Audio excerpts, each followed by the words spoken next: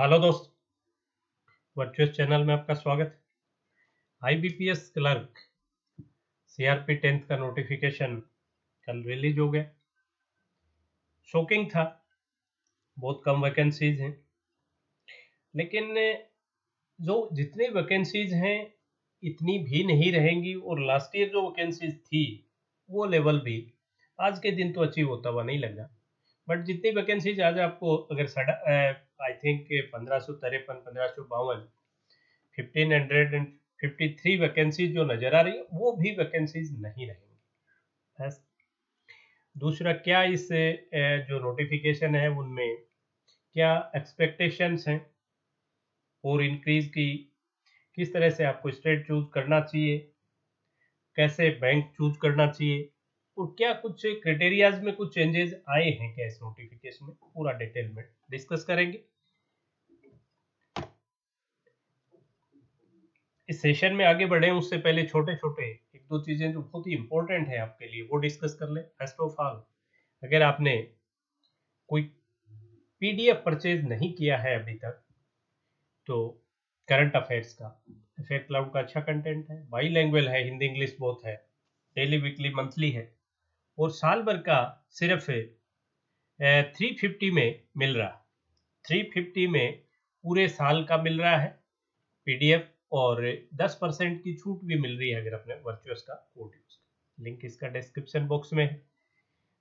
दूसरा, अगर अभी तक आपके पास से कोई टेस्ट सीरीज नहीं है या जो टेस्ट सीरीज थी वो एग्जॉस्ट हो गई है, बहुत जरूरी है ये टेस्ट सीरीज, क्योंकि ये एक अच्छा इन्वेस्टमेंट, बेस्ट इन्वेस्टमेंट मानिए इसको आप, क्योंकि ऑनलाइन और ऑफलाइन का जो गैप है वो डाइल्यूट करेगी आपको टेस्ट सीरीज। जितने ज्यादा मॉक देंगे उतना ही ज्यादा वो भय खत्म होगा, अपनी स्ट्रेंथ को और अपनी वीकनेस को आइडेंटिफाई करने में हेल्प मिलेगी। प्रैक्टिस मॉक का बहुत ही अच्छा कंटेंट है और इसका प्लान है वो स्क्रीन पे है, लिंक डिस्क्रिप्शन बॉक्स में है, ये भी जरूर परचेज। अब अगर इस जो आपका सीआरपी 10th का नोटिफिकेशन आया है इसमें क्राइटेरियाज में देखें तो लास्ट ईयर से इसमें कोई क्राइटेरिया में चेंज मैंने जितना देखा, मैंने काफी इन डेप्थ इसको देखने की कोशिश की, लेकिन मुझे कोई चेंज उसमें नजर नहीं आया। नई eligibility criteria in the sense of age में, नए जो एज के आगे फर्दर रिलैक्सेशन में, देन आपके इसमें जो पैटर्न एग्जाम का जो पैटर्न है उसमें एग्जाम का भी वही आपका प्री और मेन होना है, मेन ही के बेस पे आपका सिलेक्शन होना है। तो कहीं भी दूर दूर तक सिंपल ग्रेजुएशन चाहिए, किसी भी स्ट्रीम में आप ग्रेजुएट हो और वो रिकॉग्नाइज्ड यूनिवर्सिटी हो। तो लास्ट ईयर जो था उसमें कुछ चेंज नहीं है, ऐसा कुछ नहीं है कि इसमें कोई ऐसा चेंज कहीं नजर आए। अब वैकेंसीज का देखें तो डेफिनेटली टोटल वैकेंसीज आप देखते हैं तो शायद अप्रोक्सीमेटली 15,150,2 कम या ज्यादा ऐसा कुछ है। और स्टेट वाइज देखें तो सिर्फ 3 फिगर में भी आई थिंक मुझे 4-5 स्टेट ही नजर आए। जैसे गुजरात है, गुजरात में 100+ थी, गुजरात में आई थिंक 120 के आसपास है। देन आप 3 फिगर में अगर देखें तो महाराष्ट्र आई थिंक टॉप पे था, महाराष्ट्र में 340 या 335 कुछ ऐसा नजर आया उसमें। देन आपका पंजाब भी आई थिंक 100+ है, वहाँ भी 136 या 134 कुछ ऐसी वैकेंसीज थी। एंड यूपी भी उतनी ही वैकेंसीज, ऑलमोस्ट वैकेंसीज है। वेस्ट बंगाल भी शायद 125 या कुछ ऐसा। सिर्फ ये 5 स्टेट उसमें मुझे 3 डिजिट में नजर आए, बाकी सभी 2 डिजिट में थे। कुछ स्टेट्स ऐसे भी हैं जैसे अंडमान निकोबार में और आई थिंक लद्दाख में 0 वैकेंसीज हैं, अरुणाचल प्रदेश में सिर्फ 1 वैकेंसी आई है। दादर एंड नगर हवेली चलो छोटी जगह है, फिर भी 4 थी उसमें। जे में भी सिर्फ 5 वैकेंसी, लक्षद्वीप में सिर्फ 2 वैकेंसी, मणिपुर नॉर्थ ईस्ट पूरे में ही देखिए आप, मणिपुर में 2 है, मेघालय में 1 है, मिजोरम में 1 है, नागालैंड में 3 है, पौंडीचेरी में भी 3 है। तो आप इन स्टेट, त्रिपुरा में 11 है, सिक्किम में सिर्फ 1 है। और ये एक जैसे आप जैसे अरुणाचल प्रदेश में 1 वैकेंसी है या कहीं मणिपुर में 2 है, मेघालय में 1 है, तो वो सबके लिए नहीं है। जैसे एक पर्टिकुलर कैटेगरी की मान लो कोई वैकेंसी है, 1 वैकेंसी है, 3 भी वैकेंसी है किसी स्टेट में, लेकिन वो किसी पर्टिकुलर उसके लिए है, कैटेगरी के लिए। तो बहुत कैटेगरी ऐसी बच गई भाई, जनरल भी बच गई, दूसरी कैटेगरीज भी ऐसी बच गई जिनके लिए वो जीरो होगी। जो जीरो नजर आ रहा है वो सिर्फ जीरो नहीं है, काफी स्टेट्स ऐसे हैं जिनमें काफी बड़े मास के लिए जीरो वैकेंसीज अभी जो शो हो रही। लेकिन आप इसमें देखिए बैंक वाइज अगर अपने नोट रिपोर्टेड का देखें तो बहुत बड़े बैंक हैं जिन्होंने रिपोर्ट नहीं की है और जो रिपोर्ट करेंगे, ऐसा अपने को मानना चाहिए। लास्ट ईयर भी ऐसा हुआ है। जैसे देखिए पीएनबी बड़े बैंक्स में से आपका पीएनबी है जिसमें रिपोर्ट नहीं किया, बैंक ऑफ बड़ौदा ने रिपोर्ट नहीं किया, देन आपका केनरा ने नहीं किया। तो तीनों तो, और एक आई थिंक इंडियन बैंक, ये चार बैंक ऐसे हैं जिन्होंने रिपोर्ट नहीं किया। तो यहां से तो पॉजिटिव न्यूज आएगी डेफिनेटली। अब पीएनबी अकेला पीएनबी नहीं है, पीएनबी में आप देखिए पिछला जो नोटिफिकेशन था उसमें ओबीसी और यूनाइटेड बैंक, इनमें अच्छी खासी वैकेंसीज थी। और अब इस साल ये पीएनबी, ओबीसी और यूनाइटेड सब मिलके एक पीएनबी बन गए। तो एक तरह से नोट रिपोर्टेड पीएनबी नहीं है, नोट रिपोर्टेड इन तीन बैंक्स में हो गया एक साथ। जहां से पिछले साल I think more than 3500 vacancies थी, वहां से आपका एनआर में आ गया नोट रिपोर्टेड। फिर अगर आप बैंक ऑफ बड़ौदा देखें तो बैंक ऑफ बड़ौदा भी अकेला नहीं है, हालांकि लास्ट ईयर भी बैंक ऑफ बड़ौदा अकेला था, बट वैसे आप बेसिकली देखेंगे तो इसमें देना बैंक भी इसी में है और विजया भी इसी में है। तो एक बहुत बड़ा बैंक है जिसने आपको रिपोर्ट नहीं की है, राइट। फिर अगर आप केनरा में देखें तो केनरा भी, Canara plus syndicate, Canara plus syndicate दो बैंक हो गए।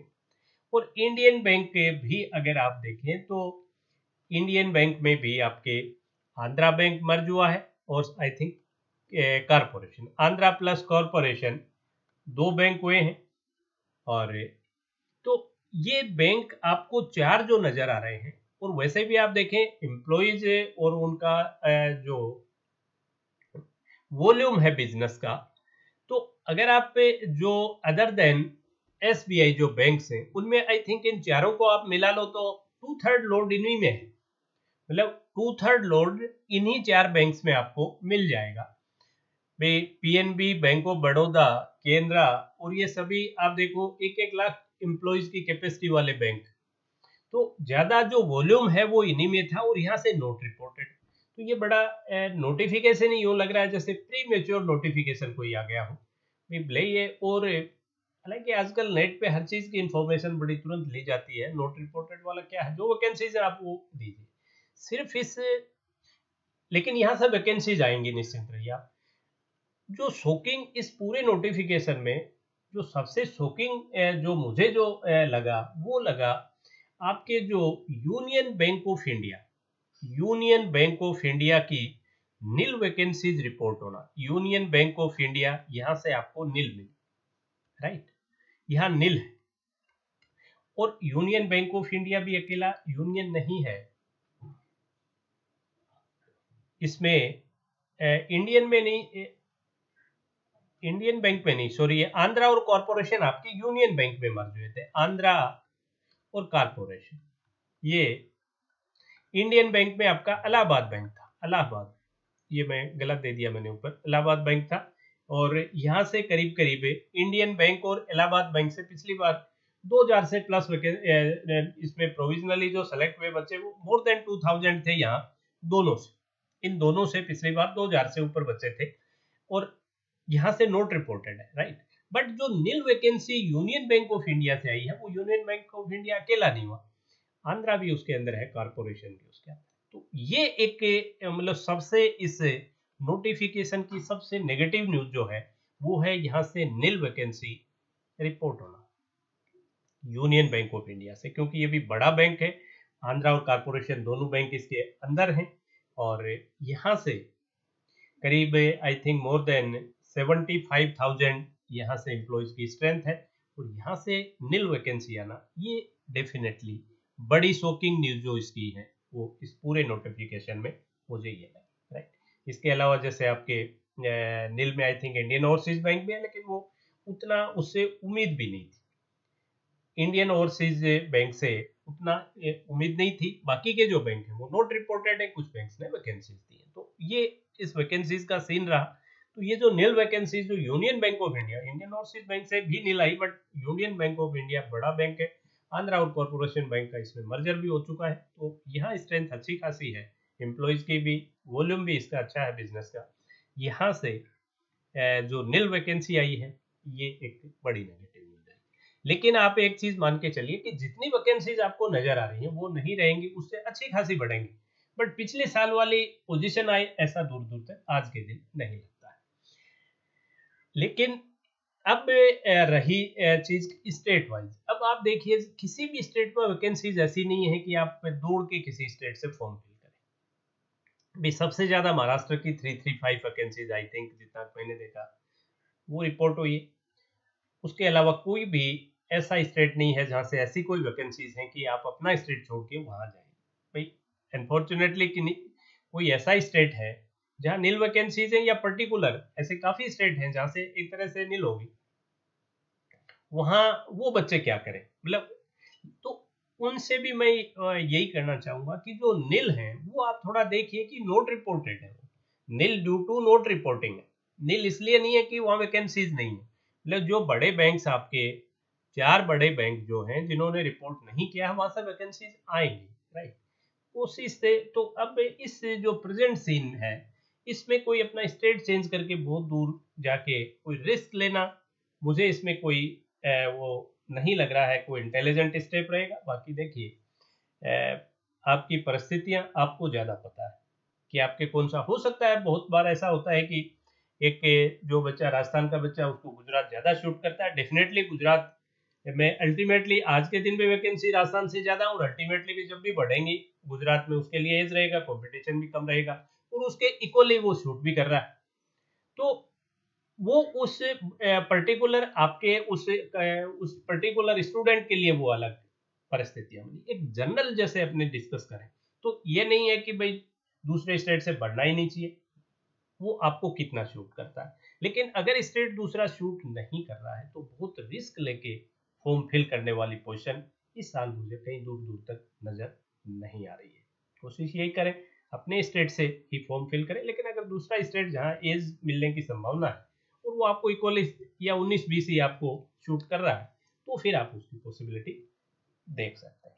लेकिन फिर भी मैं आपसे यही कहूंगा कि ये कम वैकेंसीज का जो ये फिगर आया है छोटा, इसको हावी मत होने दीजिए। वैकेंसीज कम है, कंपटीशन बड़ा है, तो अपना इनपुट बढ़ाइए।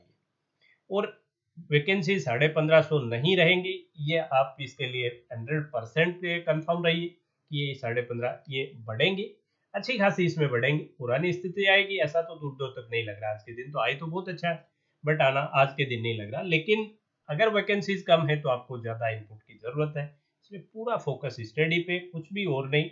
एक अपना माइंड सेट कर लीजिए कि मुझे फॉर्म फिल करना है और मुझे राइट। अब रही जैसे अगर कोई बैंकिंग कौन सा बैंक में चूज करूं, और तो इसके लिए तो आई थिंक बहुत ज्यादा कोई एडवाइस की नीड इसमें नहीं होती है। भी जो जिस भी बैंक की वो आपकी ज्योग्राफिकल आप कहाँ से बिलोंग करते हैं, कौन सा बैंक है जिसकी ब्रांचेज आपके यहाँ ज्यादा है, तो वैसे उसी को प्रिफर करना चाहिए, क्योंकि मोर और लेस इन सभी बैंक्स में फैसिलिटीज में और उनमें कोई बहुत बड़ा डिफरेंस अब नहीं रह गया है। तो इम्पोर्टेंट ये है कि भाई किस बैंक का बिजनेस आपके एरिया में ज्यादा है। तो वो भाई कुछ बैंक ऐसे हैं जो नॉर्थ में ज्यादा है, कुछ ऐसे हैं जो साउथ में ऐसे में ज्यादा है, कुछ आप देखेंगे ईस्ट में ज्यादा है। तो ये सब और इनके लिए देखने के लिए सबसे बड़ा आपके पास यही है कि जिस बैंक का हेडक्वार्टर जिस एरिया में है, ओबियस है उस बैंक की ब्रांचेस भी वहाँ ज्यादा है, और वहाँ नंबर ऑफ पोस्ट भी उसी एरिया में ज्यादा है। तो वो तो एक सिंपल सा फंडा है, और वही आप रखिएगा, क्योंकि इनमें फैसिलिटीज और उनमें कोई बहुत बड़ा डिफरेंस नहीं रह गया है, और मर्जर के बाद में लेवल भी काफी आसपास आ गया। चलिए आज के सेशन में इतना ही। जो भी बच्चे प्रिपरेशन कर रहे हैं उनके लिए एक और एडवाइस, अपने वर्चुअल चैनल पे भी रेगुलर क्वांट और रीजनिंग की क्लासेस भी चल रही है। तो अगर आप चैनल को सब्सक्राइब नहीं कर पाए हैं तो प्लीज़ चैनल को सब्सक्राइब करें, बेल आइकन क्लिक करें, ताकि जब भी कोई इंफॉर्मेटिव वीडियो हो उसका भी नोटिफिकेशन आपको मिलेगा, और जो रेगुलर सेशंस चल रहे हैं अपने उनके नोटिफिकेशन भी आपको मिल जाएंगे। उसके बाद आपकी इच्छा है आप जब देखें तब देखें, नहीं देखें नहीं देखें, right? That's all for today's session. Have a great